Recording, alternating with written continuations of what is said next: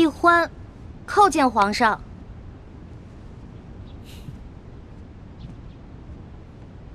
平身吧。谢皇上。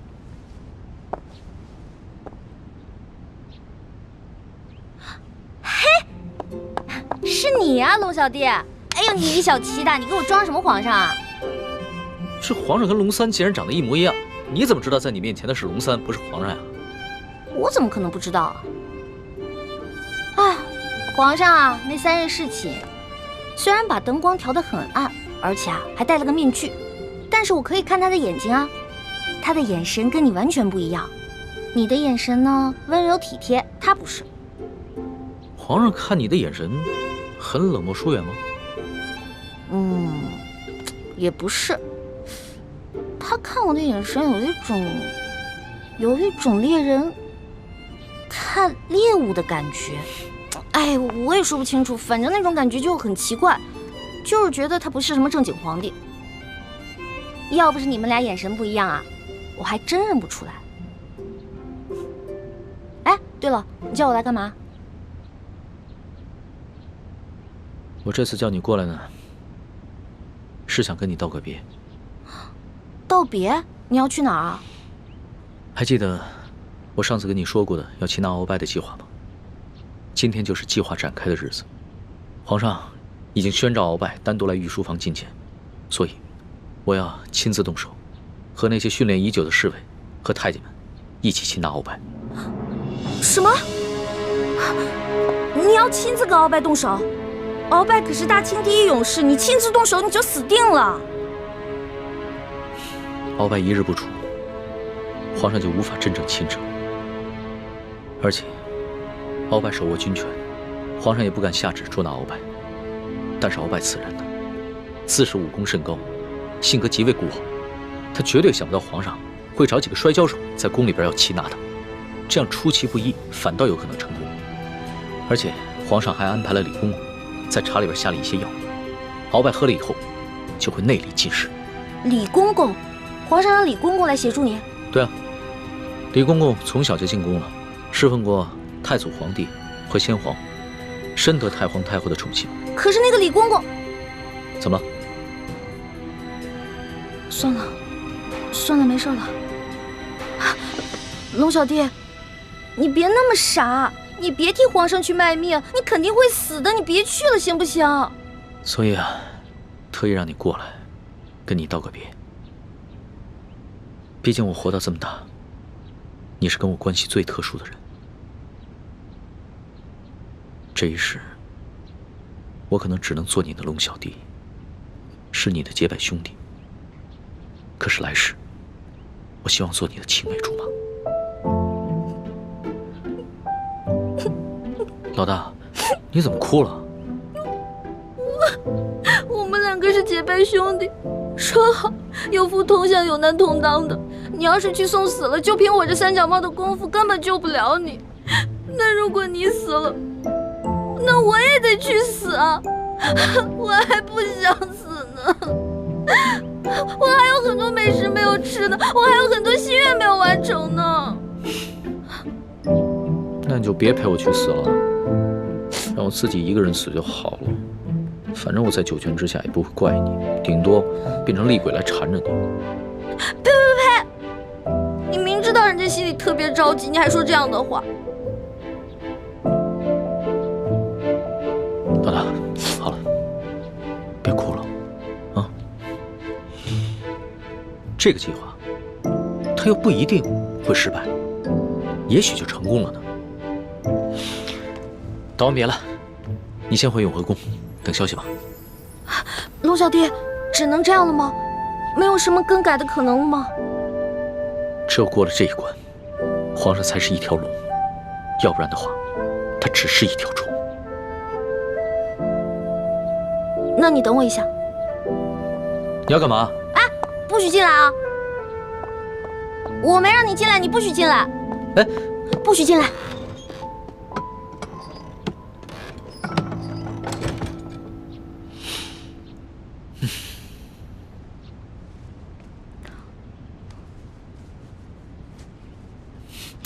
老大，你好了没有啊？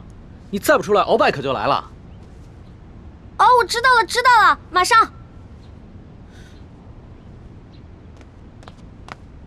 老大，我进去了啊。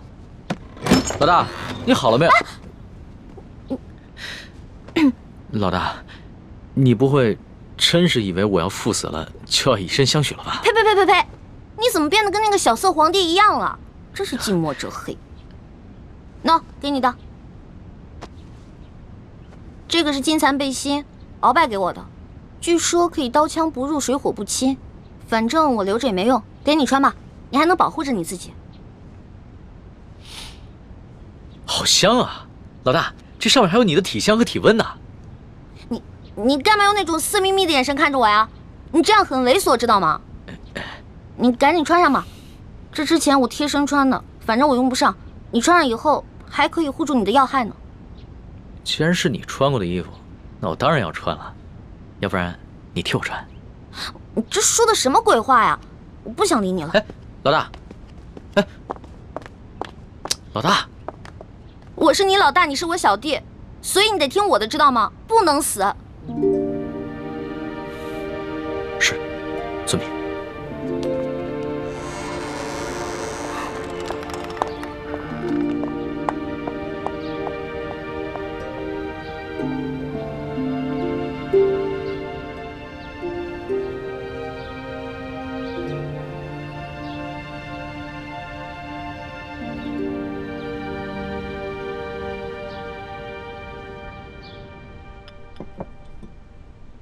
六师傅，康熙擒拿鳌拜的计划如箭在弦，一触即发。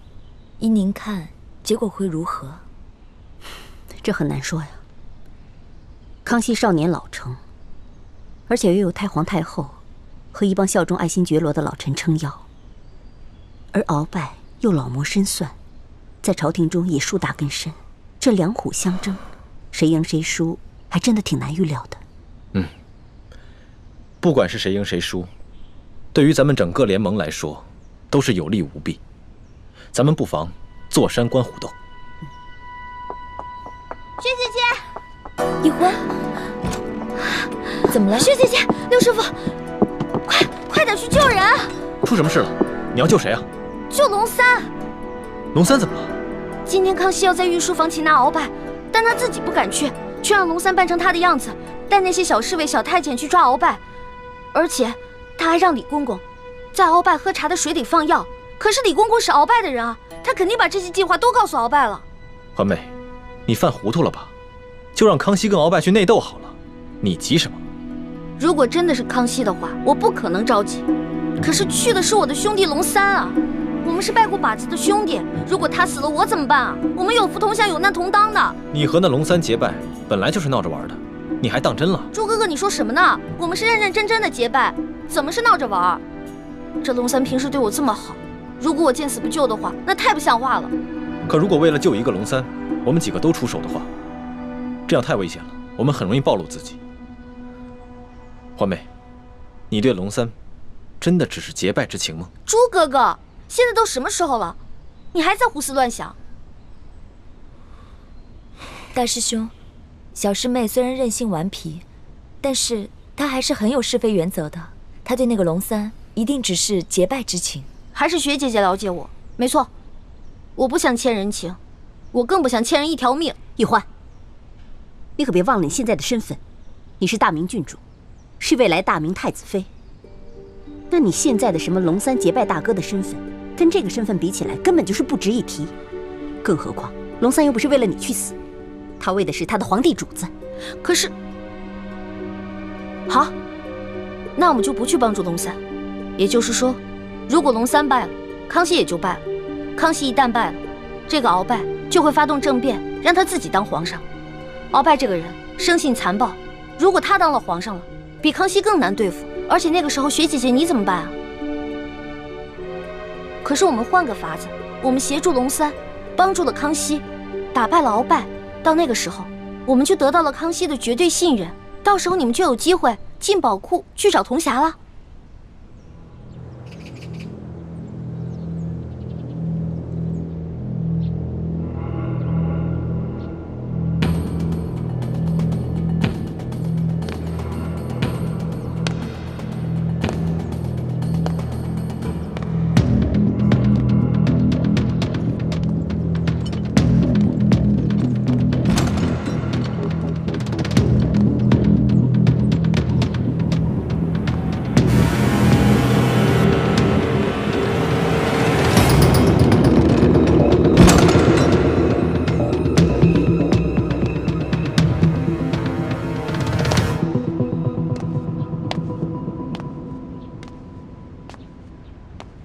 奴才参见皇上。免礼，赐座。谢皇上。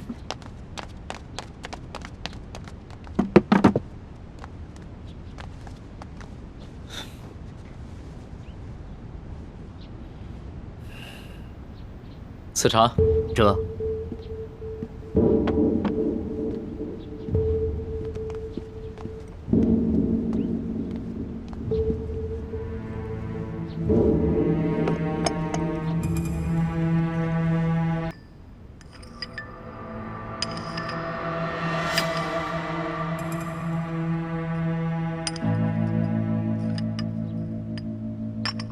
王少保，这些茶都是今年新摘的龙井，是昨个浙江巡抚刚刚送进宫的，你不妨多品一品，看看比之安徽的银毫如何？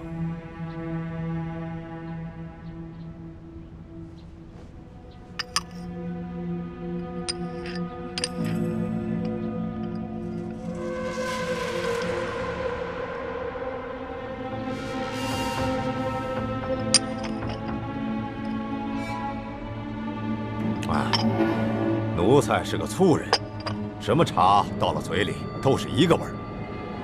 皇上宣召奴才，有何事垂询啊？王少保，你不妨先看看这些奏折。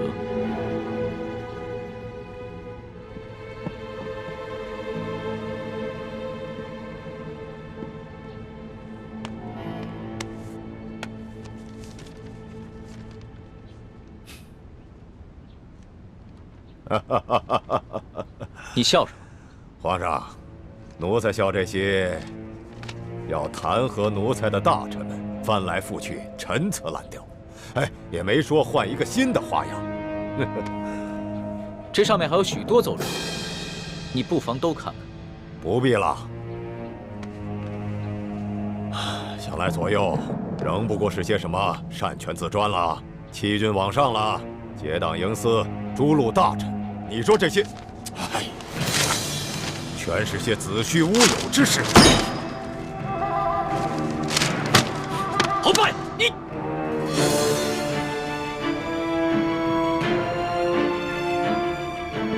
皇上，这数十位联名上书的大臣，分明就是在构陷奴才，这是在离间你我的君臣之义，这简直就是对皇上的大不敬。奴才恳请皇上下旨，让奴才把这些乱臣贼子一一捉拿。你凭什么说这些弹劾你的奏折都是构陷之词？皇上，这些要弹劾奴才的奏折，究竟是什么性质？那仅仅是在皇上的一念之间。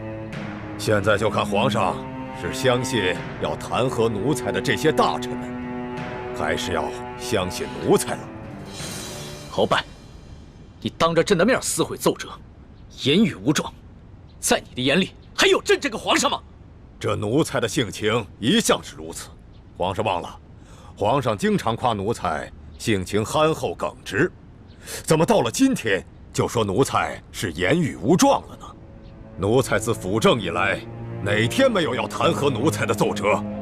皇上和太皇太后一向是看都不看就直接给了奴才，怎么到了今天，皇上就拿这些奏折来斥责奴才了呢？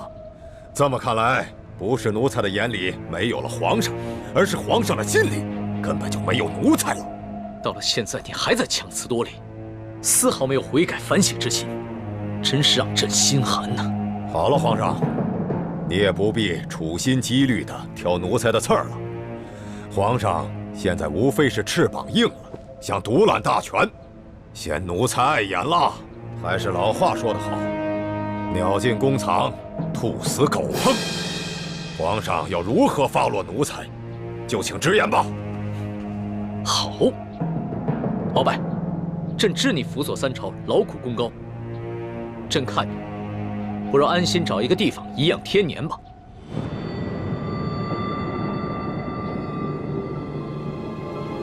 皇上真是体恤奴才啊，奴才真是感激涕零啊。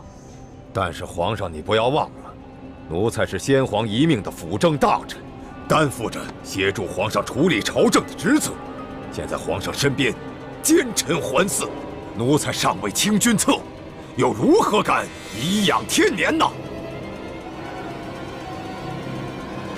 鳌拜，想不到你还是如此执迷不悟，真是有负先皇深恩，枉费朕的一片苦心。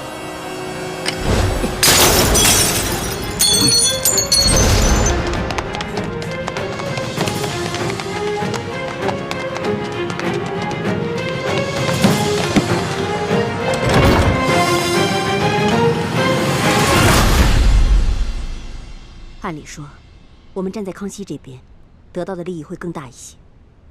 可是现在我觉得，鳌拜获胜的可能性会更大。如果我们站错了队，那我们将会前功尽弃。那我们再等等吧，看情况，再随机应变。不能再等了，朱哥哥，你都不知道，龙三的武功还没有我强呢。鳌拜一只手直接把他掐死了。欢妹，这么重要的事情，我们当然要权衡一下。好，那你们权衡吧，我等不了了，我得去救我的龙小弟了。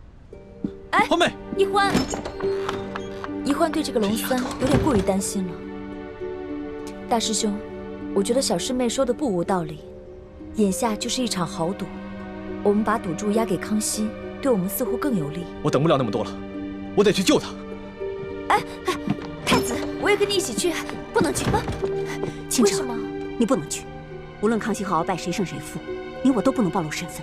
可是鳌拜号称大清第一勇士，我担心大师兄不是他的对手。你放心，太子自有分寸。如果情形不对，他一定会及时发出求救信号，到时候我们再见机行事。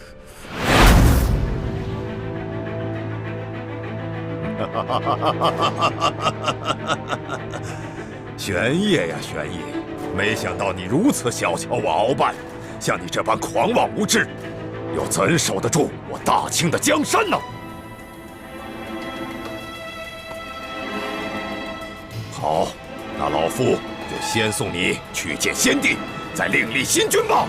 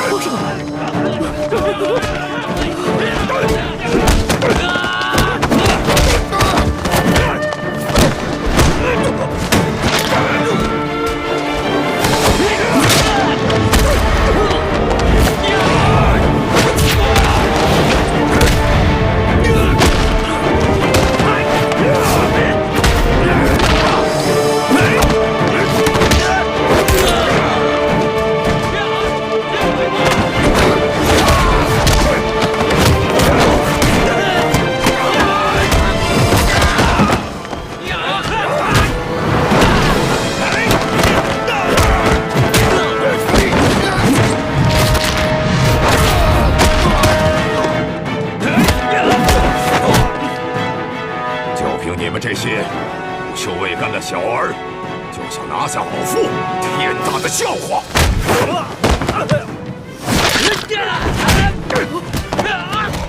李德福，朕让你准备的东西，你备好了吗？回皇上，奴才岂敢抗旨？奴才确实在闸里下了内力散，奴才也不知道为何会失去效果呀。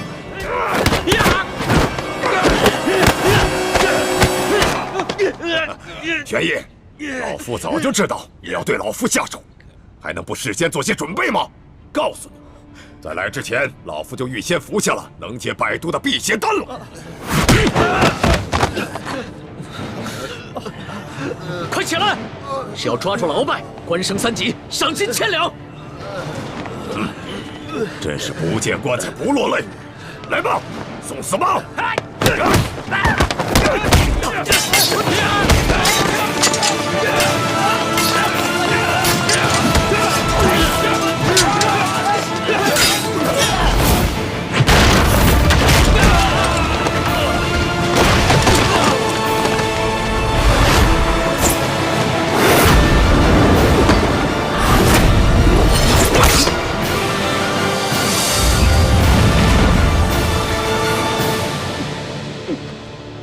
皇上，你这是想和老夫比试比试武功吗？我说你平时的聪明劲儿都哪儿去了？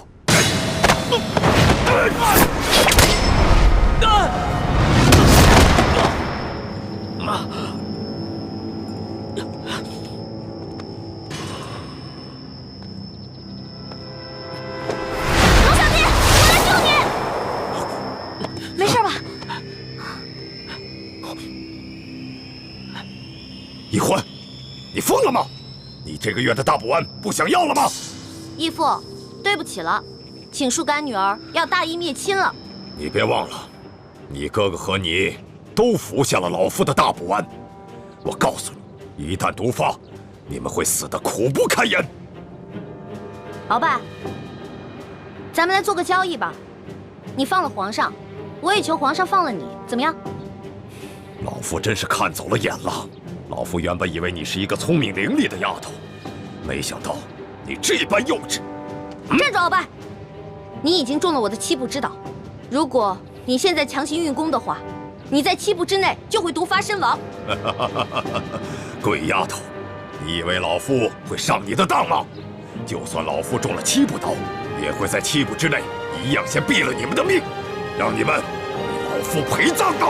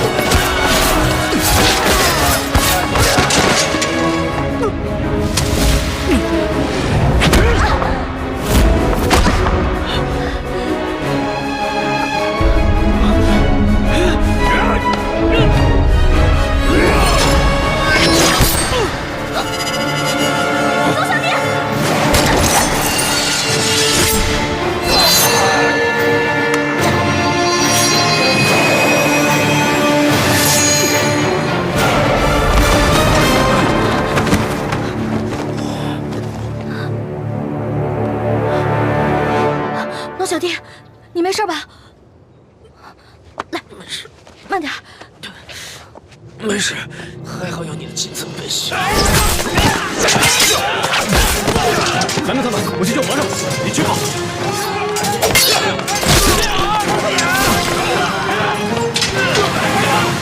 丫头，你把老夫的金蚕背心也给了皇上，看来你对皇上是动了真心了。只可惜，就算是皇上穿了金蚕背心，老夫也一样要他的命。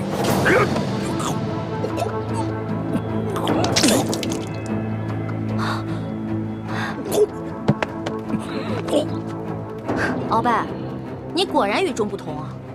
别人中了我的7步岛，只能走7步，没有想到你追了我们这么多步才倒，厉害啊！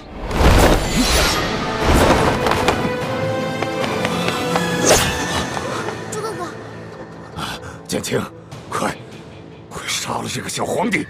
杀了他！杀了他！就是大功一件，老夫就会把你们兄妹2人的大补丸的解药给你们，还会升你为太医院的院判。快，杀了他！朱哥哥，好，你可别糊涂啊！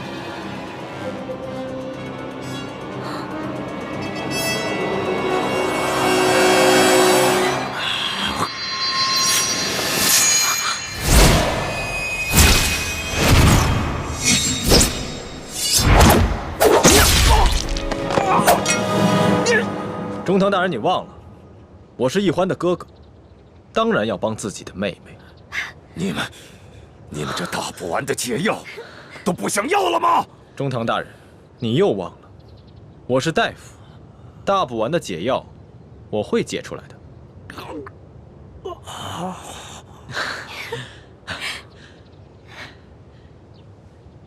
老大，你怎么受伤了？怎么流这么多血啊？我不知道，我居然受伤了。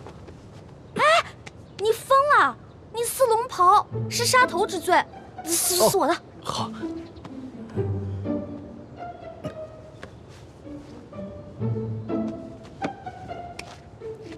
哎，等等，皇上，奴才这有手绢啊。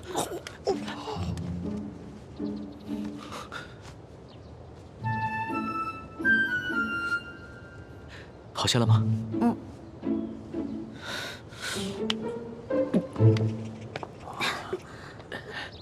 鳌拜，你别不服气，没想到你这个人不仅有勇无谋，还有眼无珠。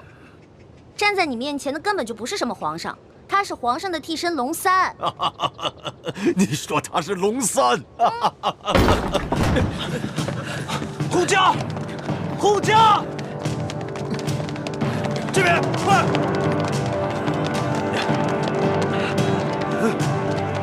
启禀皇上，情况果然如您所料，这宫中藏着数十个鳌拜的手下，奴才按照您的吩咐早有准备，才顺利的将他们拿下。好，擒下鳌拜。这，来人，拿下鳌拜。这，他真是皇上？对，这就是当今皇上。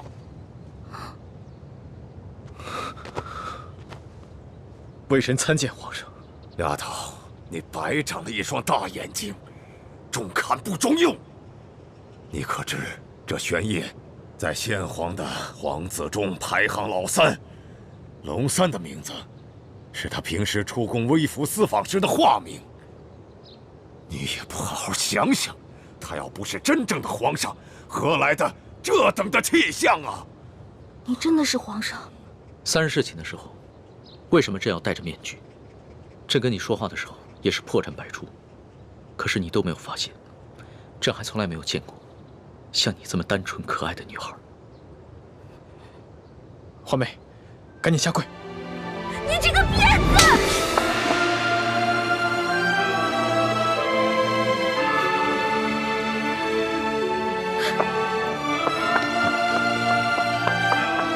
皇上，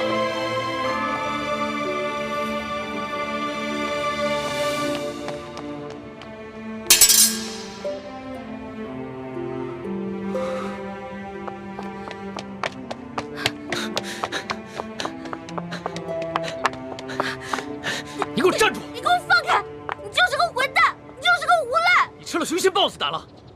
你不仅敢打朕，还骂朕是骗子无赖！你本来就是骗子，本来就是无赖！你知不知道你现在说的每一句话都够砍你100次头了？砍吧，反正现在鳌拜已经被你制服了，留着我这个猪脑袋也没什么用了。好，你不怕死是吧？那你哥哥呢？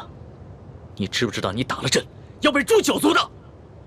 好啊，你先是利用我，现在利用完了对吧？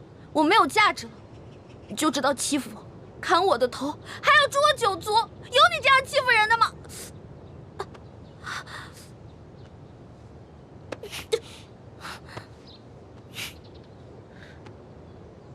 伤口这么深，你还乱动？你等一下，朕马上让你哥哥过来给你止血。现在都要砍我和哥哥的头了，还止血干什么？朕难道不该砍你的头吗？你知不知道从小到大，还从来没有人打过朕，就算朕的皇阿玛在世的时候，也从来没有动过朕的一根手指头。那还不是因为你骗我？你跟我说你不是皇上，你是龙三，我是你的老大。那小弟做错事了，老大教训一下怎么了？那要你这么说的话，还是朕的错了。没错，就是你的错，谁让你骗我了？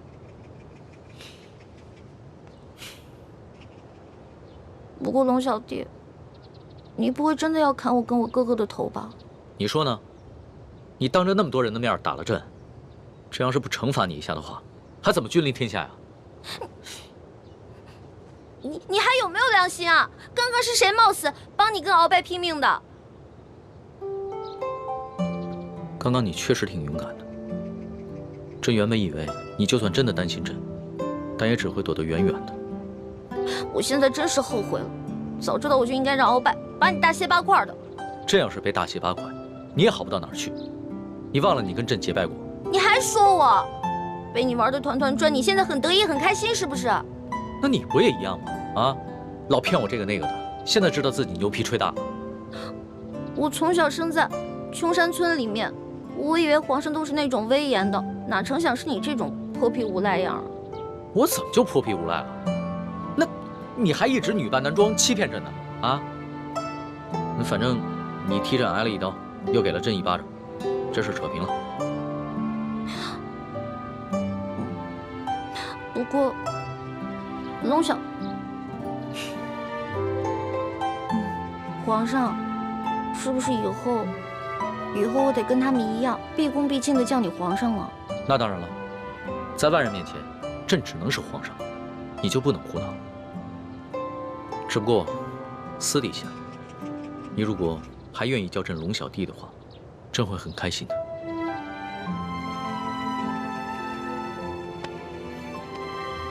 是不是疼死了？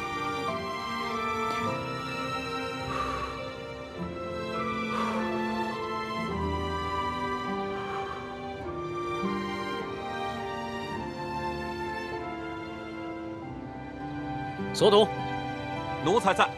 朕封你为国史院大学士。奴才谢主隆恩。还有你的那些属下，护驾有功，全部每人晋升1级，赏白银1000两。谢皇上，奴才遵旨。皇上万岁万岁万万岁！平身吧。就。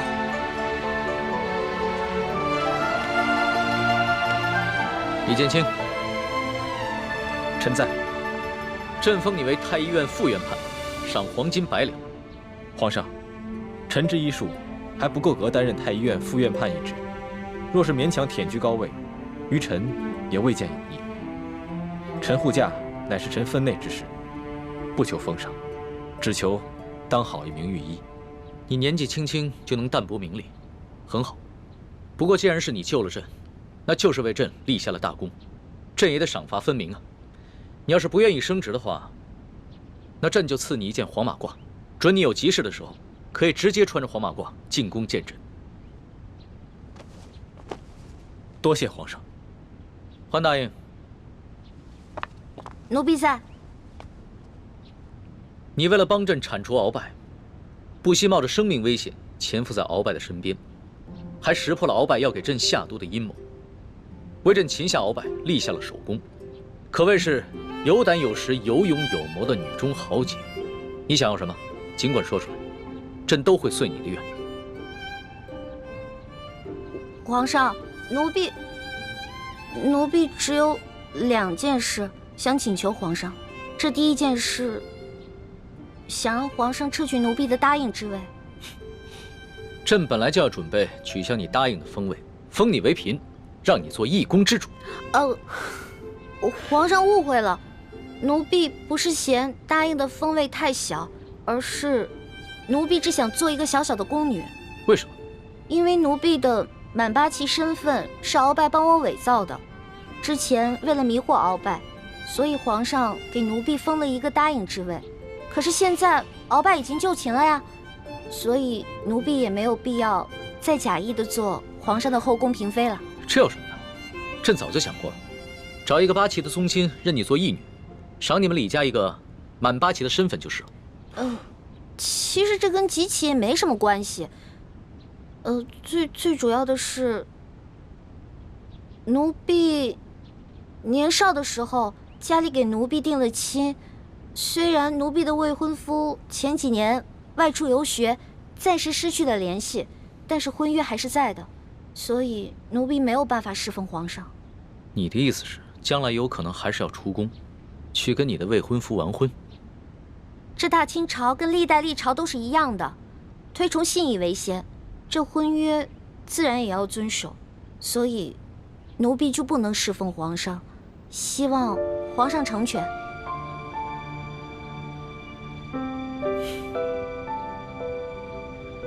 你既然不愿意做朕的嫔妃，那朕也就不强求你了。你毕竟是立下了大功，朕也不会让你做一个普通的宫女。这样吧，朕就留你在御书房，做朕的笔墨侍书。等将来你的未婚夫有了消息，朕就让你出宫去和他完婚。奴婢谢皇上恩典。这个笔墨侍书，以前宫里是没这个职位的，而是朕特意为你而设。你既不是后宫嫔妃，也就不适合住在东西12宫中的任何一宫之中。这样，让人在后宫之中找一处幽静的住所，赐名永乐斋，暂时拨给你住。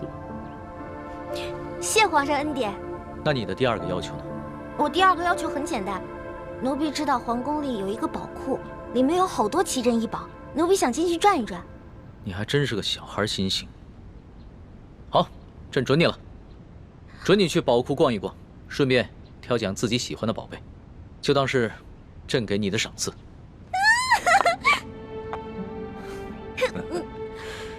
多谢皇上恩典。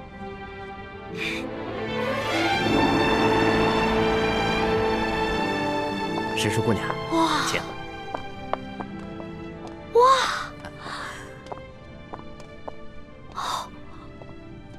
公公，这皇宫宝库里面有这么多的宝物啊！是啊，我都不知道挑什么了。石叔姑娘，我跟你说，这宝库中的奇珍异宝啊，有数十万件。姑娘喜欢哪一件，告诉我，我来帮你选。李公公啊，你可知道皇上为何让我来选宝物啊？这个不知道，但是我知道，如今姑娘可是皇上身边的大红人呐。我在这宫中已经30、40年了，还是第一次看到奉旨到宝库中来选赏赐的事情啊。来，这皇上啊，让我来挑宝物啊，实际上是给我下了道密旨，是让我来这儿找铜匣的。哎，但是这事儿除了皇上知道，只有你我知道，不许告诉第4个人啊。奴才明白，姑娘你放心。我在这宫中当差好几10年了，就一样好处，嘴巴紧，从来不乱讲话。这个好，继续保持啊！好，走，我带你去看看册子啊。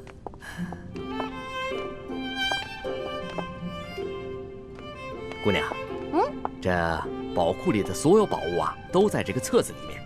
我们看看这个铜匣，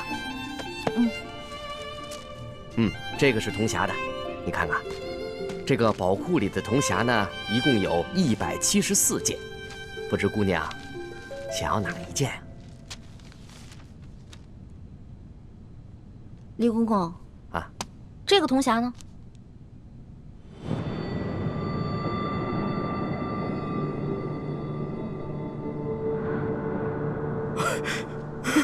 姑娘饶命啊，姑娘！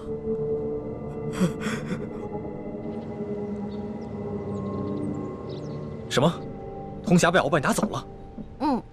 李公公说大概3个月前吧，这个鳌拜呢私自拿走了一个铜匣，还叮嘱他不能告诉任何人。我去登记册上看到铜匣的形状，应该就是我们要找的那个。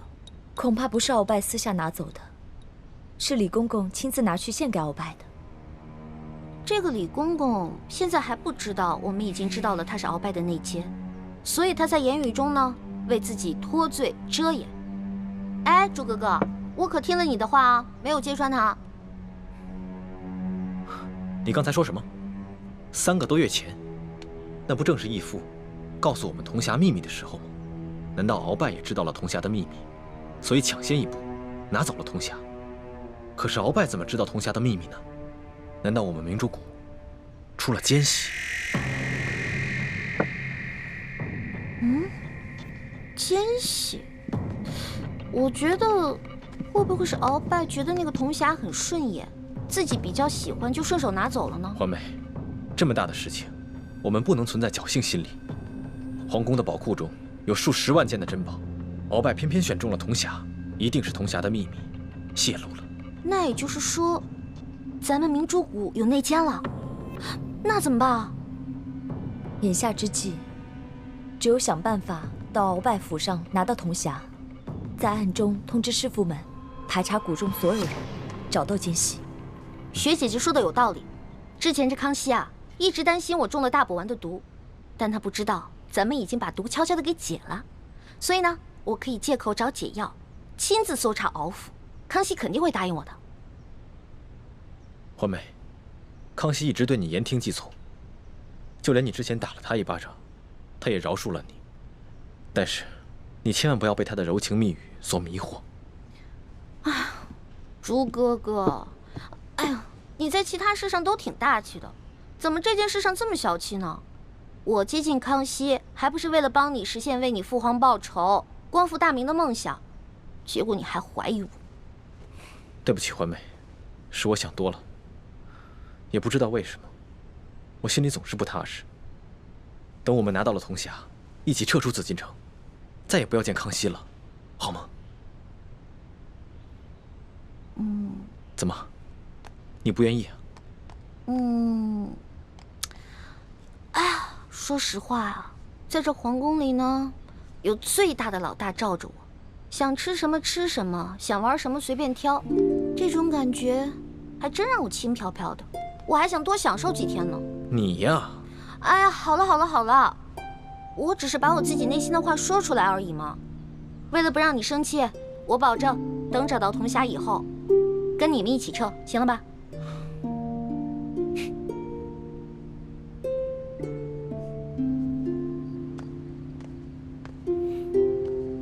老大，谢谢你。要不是你的金蚕背心，说不定小弟就再也见不到老大了。哎呀，这个金蚕背心我穿着也没什么用，我跟这世上的人无冤无仇的，也没有人想害我。倒是你，虽然高高在上，所有人都对你很恭敬，指不定多少人想害你。拿着吧，给你了。既然你这么关心朕，那朕可就收下了。你知道这件金蚕背心的来历吗？我只知道这个是先帝赐给鳌拜的。这件金蚕背心呢，是前明崇祯皇帝的贴身之物。这个崇祯皇帝生性多疑，唯恐被人刺杀，所以花重金从海外购得了这么一件宝物。可惜啊，最后他还是丢掉了天下，吊死在了眉山。就跟这个鳌拜一样，曾经权倾天下，现在不也照样变成了一个阶下之囚？所以啊，这执掌天下之人，可不能靠什么宝物防身，必须以仁德治天下。只有天下太平，这做皇帝的才会太平。龙小弟，你这一本正经说话的样子，还真像个皇帝啊！什么叫像个皇帝？朕本来就是个皇帝。是。而且，朕会说到做到。哎呀，老大，你怎么了？你没事吧？没事，可能是大补丸的那个毒发作了。那怎么办啊？我已经命索额图去查鳌拜府了，命他一定要找出大补丸的解药。哎，不，这索大人吧，他去找，他即便看见了，他也不知道哪个是。要不然你还是让我去吧，我去搜吧。不是，可是你这样能坚持住吗？我其实刚来的时候吧，吃了我哥哥给我制的那个药，虽然不能根治这个毒吧，但是可以缓解一下。你让我稍微缓一下啊。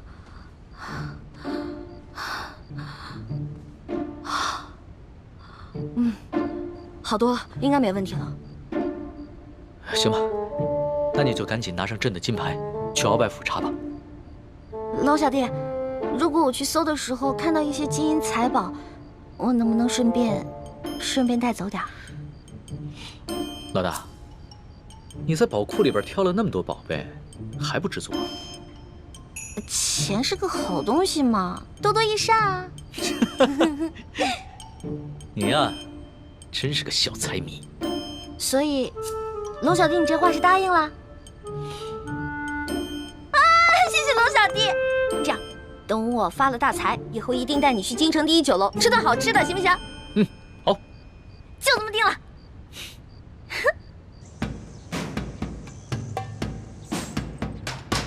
还不去？师叔姑娘，这都是为你准备的。来，尝一尝，应该是不错的啊。轻点一下。好吃。好吃吗？好吃。啊。翡翠时间，这边。的确好吃。等一下。啊。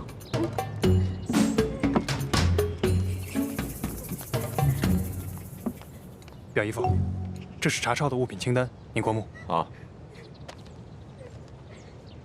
这大补丸的解药，府中里里外外、上上下下都搜了个遍，还是未能找到。这怎么能行啊？大补丸解药是最重要的东西啊！皇上说了，掘地3尺也要找出来。继续搜。是，卑职这就亲自带队再去搜一遍。快去。你走。这，赤树姑娘。这是查抄的物品清单，您长长眼，过过目。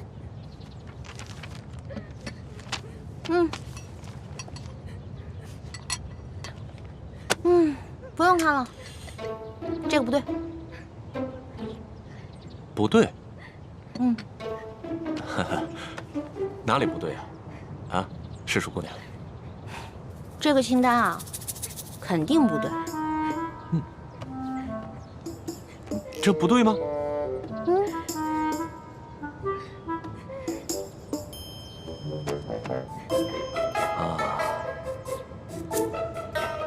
好，赤树姑娘，咱们能不能借一步说话？好啊。走。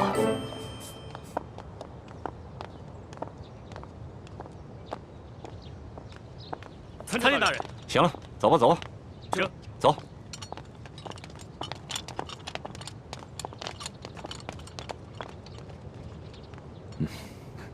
索大人，有什么话您就直说吧。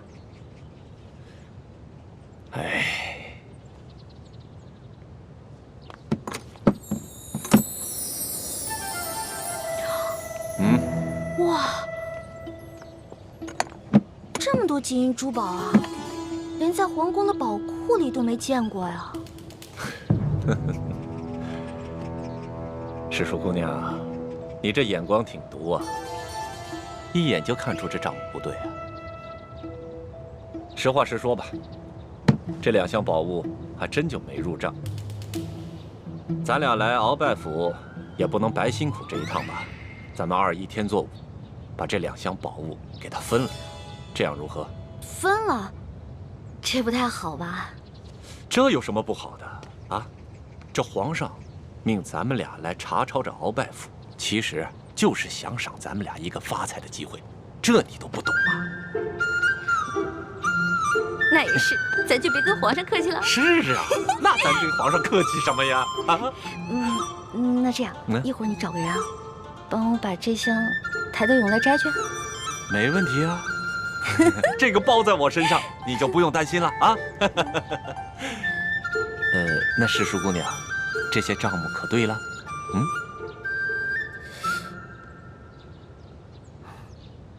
不对，还是不对啊。什么不对啊？赤树姑娘，这还有哪儿不对呀？啊？这个不对。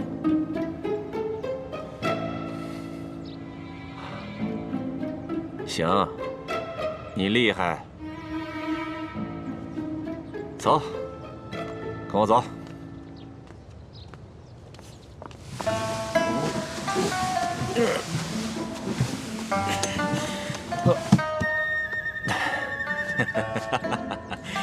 哎呀，赤树姑娘，这是我藏的最后1箱的宝物了，啊，没入账的宝物了。这个箱子也没有。鳌拜到底将铜匣子放到哪儿了？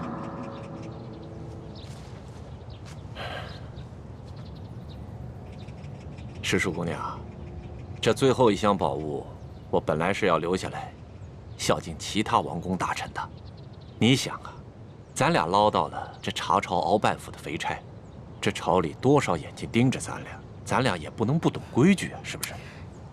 是啊，索大人啊，我虽然不是特别懂你们这朝中的复杂关系吧，但是我也知道，这人要懂得分享，不能吃独食，不然啊会招来祸灾的，是不是？是啊，哎呀，赤树姑娘就是聪明伶俐，难怪皇上这么宠爱你。哎，那现在这账目可对了？这账目是对了，但是我这解药还没找到呢。对呀，这解药没找着。鳌拜这奸贼实在是狡猾得很呐！这找不着解药，咱俩怎么向皇上交代呀？索大人，您看这样，您让手下的人呢去审一审敖府的人，问问这敖府里面有没有什么密室之类的。对呀，我怎么就没想到这一点呢？啊，哎呀，还是世叔姑娘更胜一筹啊！那咱这个先放着，查解药去。走。世叔姑娘，你瞧这个地方机关重重，也不知道藏了多少宝物，说不定这大补丸的解药就藏在里面。索大人，这个机关十分的复杂，我们真的没办法打开啊！废物，一群废物点心，这点事儿你们都办不好啊！我告诉你们，再给你们1个时辰，如果你们再打不开，我把你们这没用的手给剁下来。我剁下来知道吗？我知道，我们开。索大人，消消气啊！我觉得他们打不开，跟您站在这儿也有关系。您想啊，您站在这儿，他们紧张啊，紧张肯定打不开。要不然您看这样行吗？您到外面啊歇息，喝个茶，我来看着他们。还真说不定啊。那行，那就麻烦世叔姑娘帮我先盯着点儿。好嘞。啊，你们听好了啊，一切都听世叔姑娘的安排。是。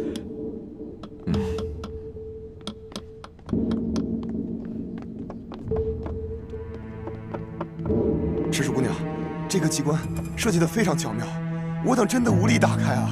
是，我看看。哎，您请啊，您看看。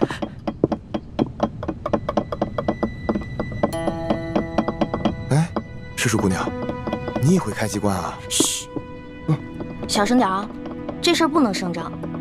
这个机关我要是开不了的话，你俩手可就保不住了啊！是，我们不说。我这次要是开不开的话，千万别怨我啊！不会，能开。哎，您请。哎，您请。天灵灵，地灵灵，保佑我一定要开啊！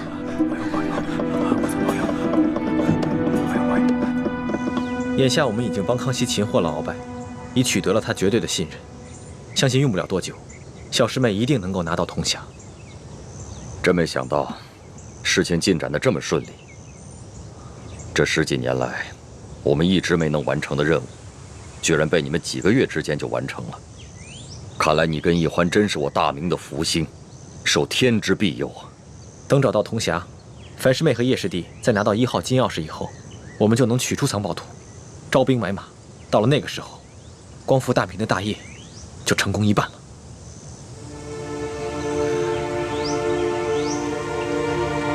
唉，怎么了，义父？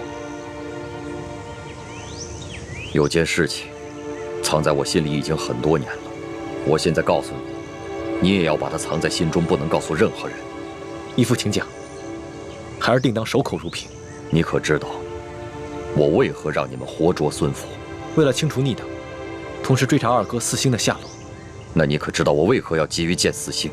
二哥四星乃是义父的亲生儿子，当年曾随义父出生入死，立下过汗马功劳。现在二哥下落不明，义父下定决心寻找他，当然是出于父子人伦，人之常情。我急于找到四星，并不仅仅是因为父子情深。你可知，那镶着玛瑙的第2号金钥匙，当年就在我的手上。当时我为了掩护先帝逃亡，自知必死，就把那金钥匙交给了四星。义父是说，那2号金钥匙随着二哥不知所踪了。当年我本有机会救我的妻女，但你就把太子交给我，你的座位让给晋王妃。陛下，万万不可！求你和皇后快登车吧。臣已经为臣妻备好了马车。父王，你竟然让母妃和妹妹另列马车，马上就到。刚刚陛下明明让母亲上车，你却不让。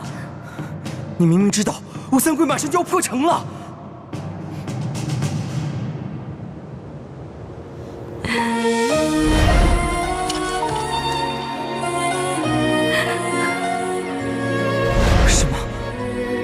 要抛下母妃和妹妹不管？国难当头，顾不了我们自己的家。爹，可是没有可是，执行军令。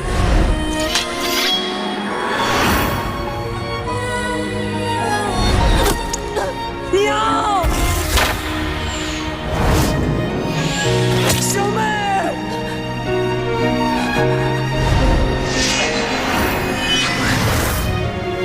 从今往后，你不再是我爹。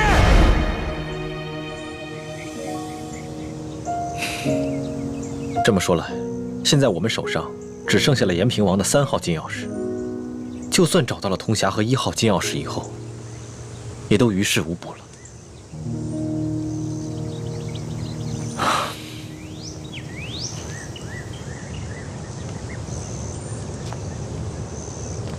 这么多年来，这件事情一直是我心头的一块大饼。我没敢告诉任何人，但现在我不能不如实向太子禀报。都怪我耽误了光复大明的大业。义父千万别这么说。义父为我大明，为我朱氏，已经牺牲的够多了。义父，等我们找到铜匣和1号金钥匙以后，我们再一起寻找二哥的下落。死刑多年来杳无音信，我怀疑，如今他早已不在人世，要不然就是故意隐藏起来，以此来惩罚我当年的狠心。义父，我们一定会找到二哥的，而且我相信，总有一天，他会理解你的苦衷，而苍天定会庇佑我大明。皇祖母，这只是一个小小的答应，居然敢动手打皇上！更不可思议的是，皇上居然还不予追究，还破例给他封了一个什么笔墨侍书的职位，给他加倍的疼爱。岂有此理！岂有此理呀！小小的笔墨侍书，竟敢在大庭广众之下去打皇上！李德福，这怎么？你怕皇上怪罪，不敢食言？回太皇太后，不是奴才不敢直言，当时奴才和索大人还有宫里的内侍，全都低头跪在地上，只听见一声清脆的响声，没有看清到底发生了什么事啊。那其他人呢？都没看见？这个奴才就不知道了。那声巴掌响，是皇上自己打了自己一下？当然不是，那就是皇上打了李一欢那个贱婢一下。也不是，这也不是，那也不是，你现在就跟本宫说清楚，这一巴掌到底是怎么回事？皇后娘娘，奴才是实话实说，当时确实奴才没有看见李欢打了皇上一巴掌。这皇上又严令我们不许多嘴，所以奴才不敢妄加猜测呀。你这个老滑头！李德福啊，看来你真是有点老眼昏花了，该瞧到的你都没瞧到。太皇太后恕罪，奴才该死，请太皇太后责罚。李德福，你可是这宫里的老人了啊！你说说，冒犯了皇上，该当何罪？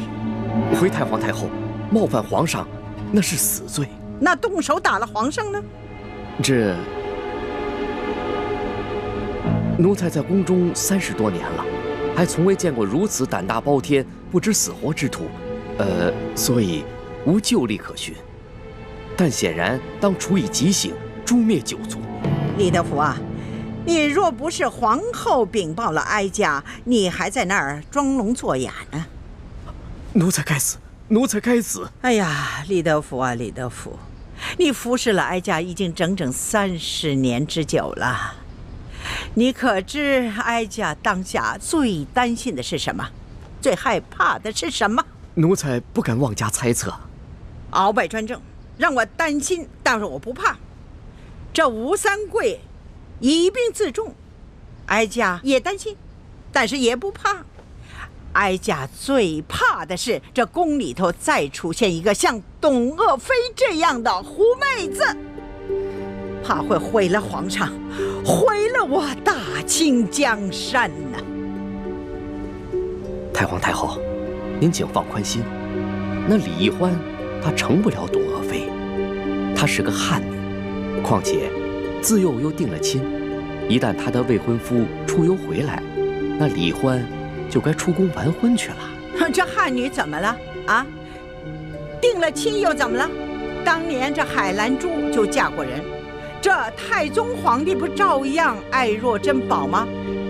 董鄂妃一样，她还是先帝的弟媳呢，那先帝不是照样为她神魂颠倒了吗？这李易欢呐，比起这海兰珠啊、董鄂妃呀，真是有过之而无不及呀！居然还敢打皇上，啊！皇上连这个都能忍，这说明把他纵容到什么地步了啊！李德福啊，这可是天大之事啊！你居然没向哀家禀报！奴才该死，奴才该死。不过，奴才也着实冤枉。这李易欢，他入宫之后，也未见得如何受宠啊，只不过册封了个答应。可是，谁想到，竟然到了今天这个地步啊！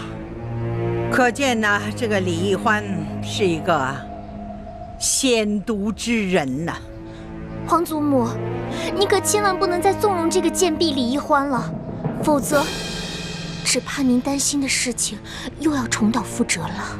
放心吧，只要哀家在，任谁他也翻不起这个波澜来。都过了1个时辰了，诗书姑娘，你到底行不行啊？哎呀，别催我了，恐怕我们的手是真的保不住了。是啊，能不能不要那么绝望啊？我有种预感，我很快就能打开，很快。这真的假的啊？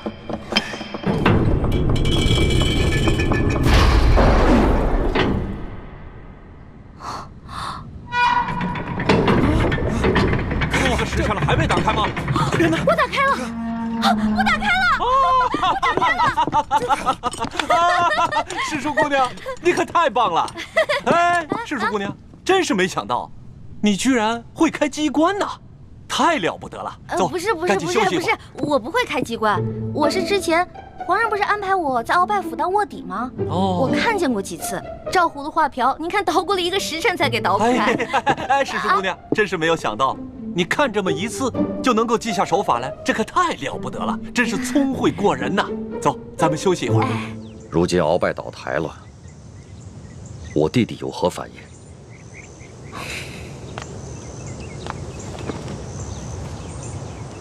叔父应该是受了鳌拜大补丸的控制，所以未必是真心在为鳌拜办事，不过是为了保全性命，成了鳌拜的内奸。眼下鳌拜被关进了天牢，没有把他供出来，我们也没有揭穿他，所以康熙也未曾怀疑过他。眼下他在宫里的日子，也算是风平浪静。那，如果我向他表明身份，以你对他的观察，他是否会认我这个亲大哥？是否会弃暗投明，加入我们光复大明的联盟？这个很难说。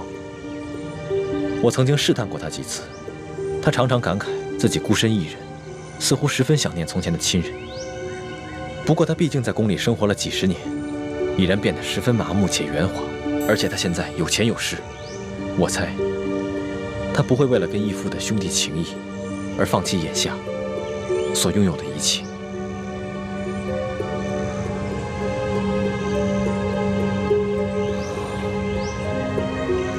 好吧，那就再慢慢观察观察。哎，诗书姑娘，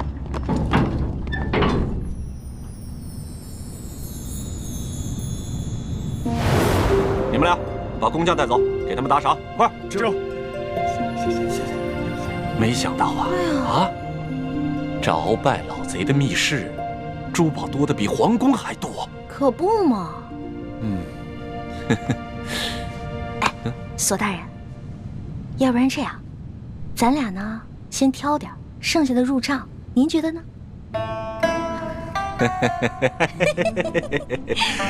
这和世淑姑娘一起办案，真是太开心了。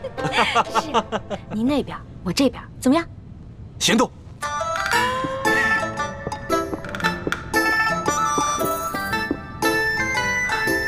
真是皇天不负有心人，我终于找到你了。哼，朱哥哥，看你以后还好意思骂我笨。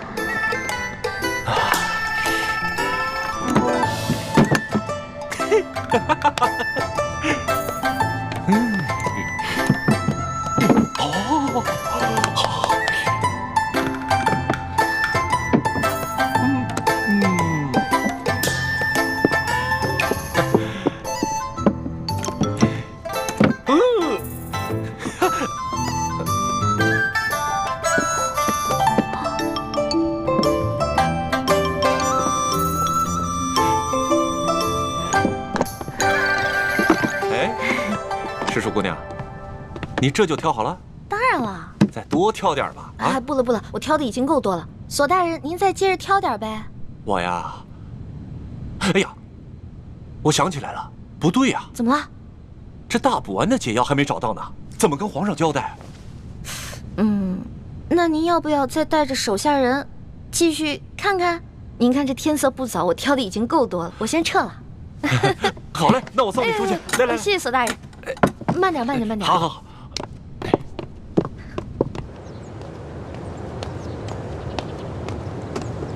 李太医，太皇太后凤体前安，李太医，赶紧过去看看吧。好，卑职这就过去。公公将来告老还乡的时候，可否会回陕西榆林去安享晚年啊？不回去了，没有亲人的家乡还算什么家乡啊？公公在这世上，当真连一个亲人都没有吗？本来是有个孪生哥哥，但几十年杳无音信，恐怕早已死在乱军之中了。万一公公的哥哥吉人自有天相，还活在这个世上呢？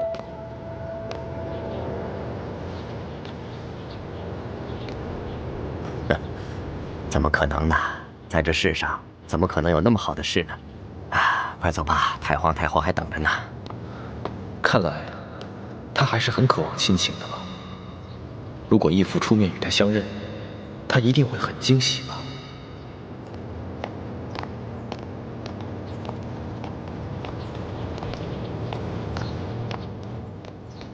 公公，太皇太后的病一向是院判大人亲自救，今日怎么突然选我这个排名最末的太医？这个咱家就不清楚了。也许是院判大人觉得你年轻，却医术高明，太皇太后也就留上心了吧。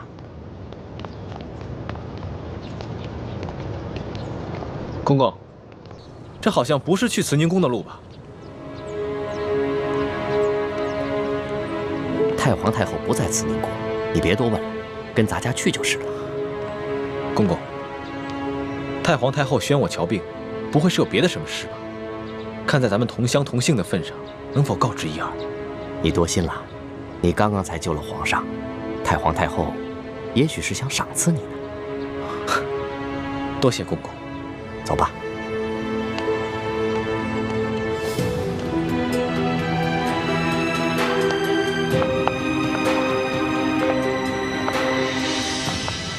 厉贵人，您吉祥。李公公安好。微臣参见厉贵人。李太医免礼。谢厉贵人。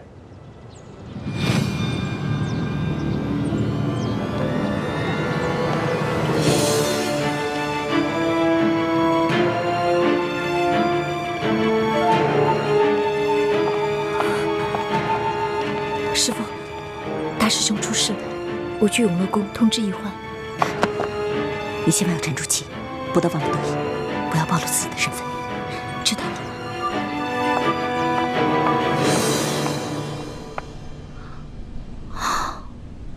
踏破铁鞋无觅处，得来全不费工夫啊！如果朱哥哥看到这个铜匣子，一定会惊喜万分的。到时候我就将找到铜匣子的过程说得惊心动魄，让他们以后再也不敢小瞧我这个小师妹了。哼！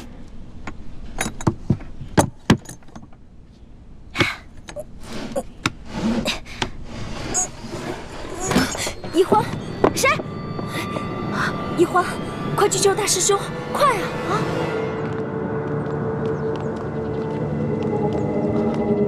李公公，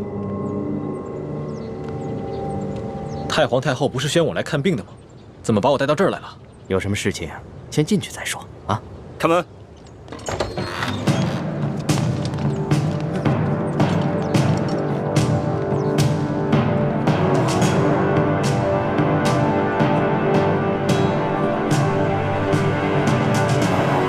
李公公，这到底是怎么回事？太皇太后懿旨，将你们这些捉拿鳌拜有功的人聚在一起，每个人赐一杯御酒。龙小弟，我求求你去救救我哥哥，还有那些工人吧。他们犯了什么错？他们不就是看我打了你一巴掌吗？可是，他们就要因此失去自己的性命吗？这不公平啊！朕已经吩咐过所有人守口如瓶了，没想到还是传到了太皇太后的耳朵里去了。现在太皇太后已经下了懿旨，朕也不好公然对抗她的权威啊。太皇太后的权威，难道比那些人的性命还要重要吗？太皇太后要维护的是皇权的威严，这是紫禁城有很多规矩，不仅这里的大小奴才要遵守，连朕也必须得遵守。祸是我闯的，跟他们没有关系。之前打了你一巴掌，你打我吧，打我多少下都行。你别闹了，你以为这是小孩子过家家呀？现在做什么都来不及了，太皇太后不会放过你的。等她处理完你哥哥那些人，就会轮到你了。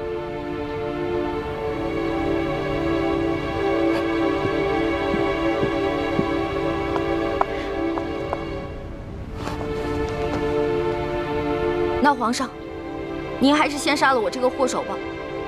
如果先杀了我的话，死在哥哥的前面，我就不会那么内疚了。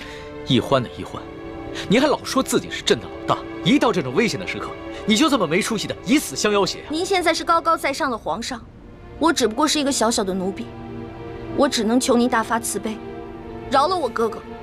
少说的那么可怜，你什么时候把朕当过皇上？不一直把朕当成你那个结拜小弟吗？奴婢再也不敢不知天高地厚了。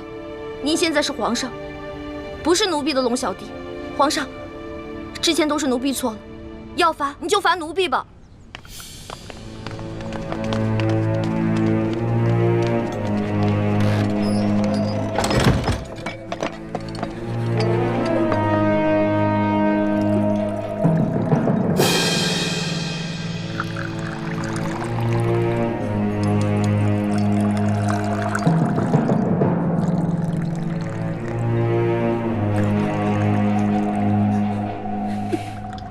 你先起来吧。我不起。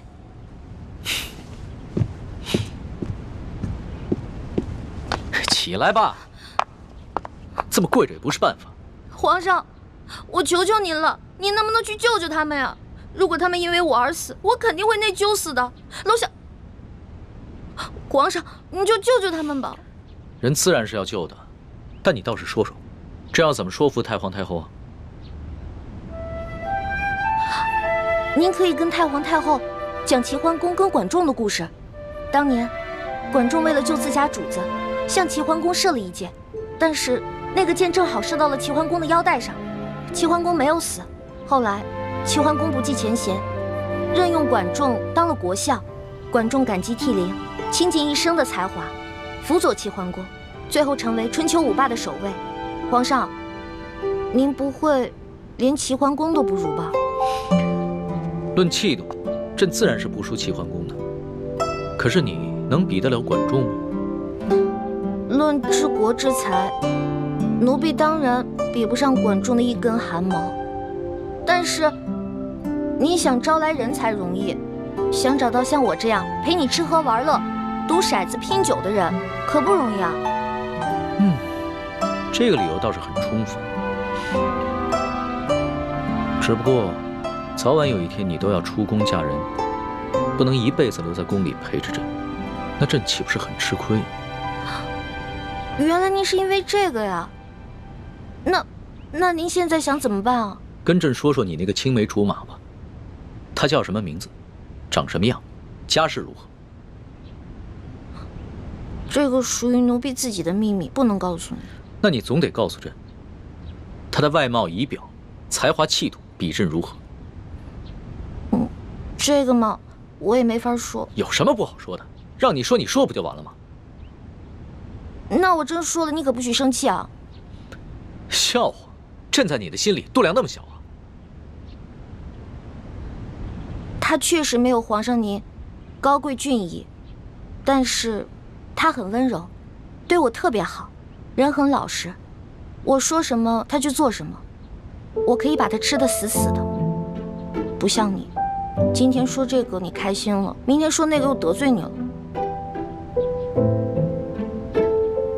那你爱他吗？二师傅，我头晕。师傅带你去休息啊。二师傅，玉环她是在装病，你千万别上了她的当。一会儿大家练完功，再罚你扎半个时辰马步。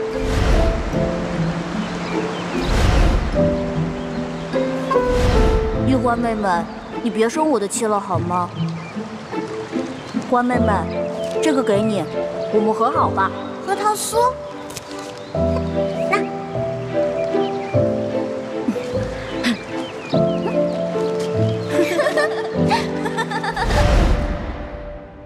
哎呀，皇上现在都什么时候了，您还说这些闲话？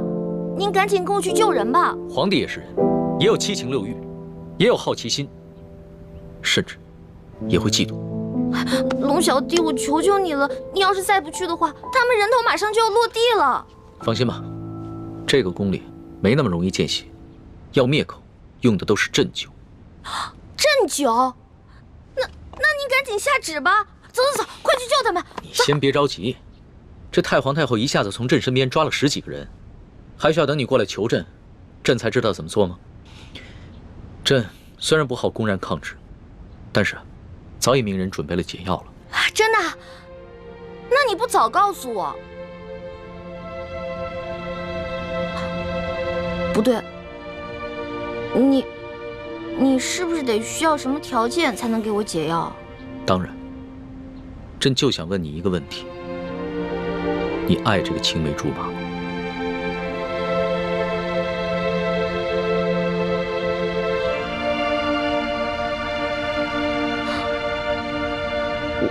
我不是不告诉你，说实话我也不知道，我只知道我们是青梅竹马，从小他就对我特别的好，以后我肯定是要嫁给他的。至于爱不爱，我自己心里也不清楚。哎呀，好了，我现在回答完了，你可以跟我去救人了吧？等一下，朕还有一个问题。你怎么那么多问题啊？你有话快说，有屁！皇上您问吧，您快点问。你爱朕吗？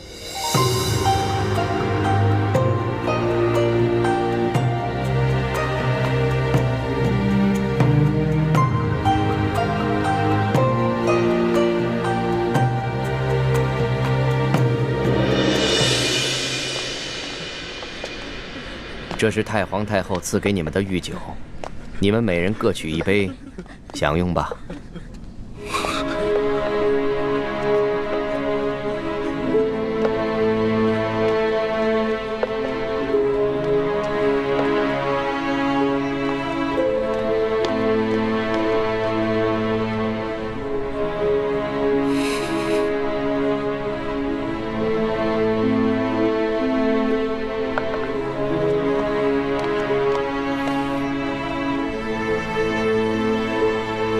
这酒有毒。公公饶命啊！公公饶命啊！李公公，太皇太后为何要赐毒酒给我们？咱家也没有办法。事到如今，我就让你们做个明白鬼吧。都怪你们的运气不好，看到了不该看的场面。李公公，我们什么都没看到，不明白你在说什么。还请您帮我们向太皇太后求个情，饶了我们大家吧。咱家没有这个面子，更没有这个胆子。这太皇太后的懿旨既然已经颁下来了，谁都救不了你们了。这毒酒，你们喝也得喝，不喝也得喝。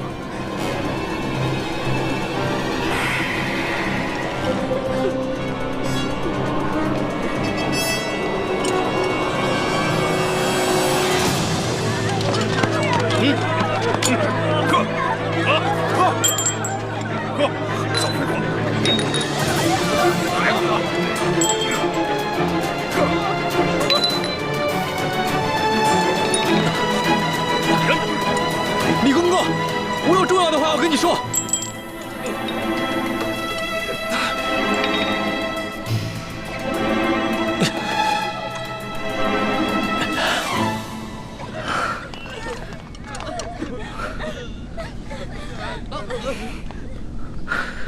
李公公，我知道你和我们一样，都服过大补丸，都是鳌拜埋在宫里的棋子。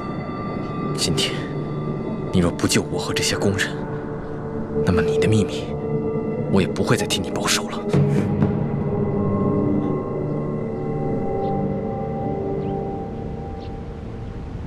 为什么不回答朕？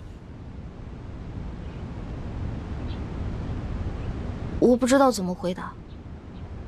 如果我说实话，我怕你不开心，不给我解药；但是如果我骗你的话，那就是犯了欺君大罪了。你就照实了说，朕答应，不论如何，都会救你的哥哥和那些宫人。真的？天子之语，金口玉言。不爱。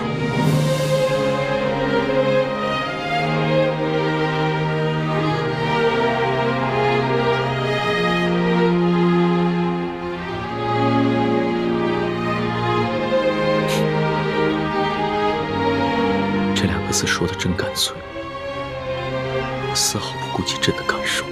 我之前就跟你说过，皇上是这个天下最不值得女人爱的人。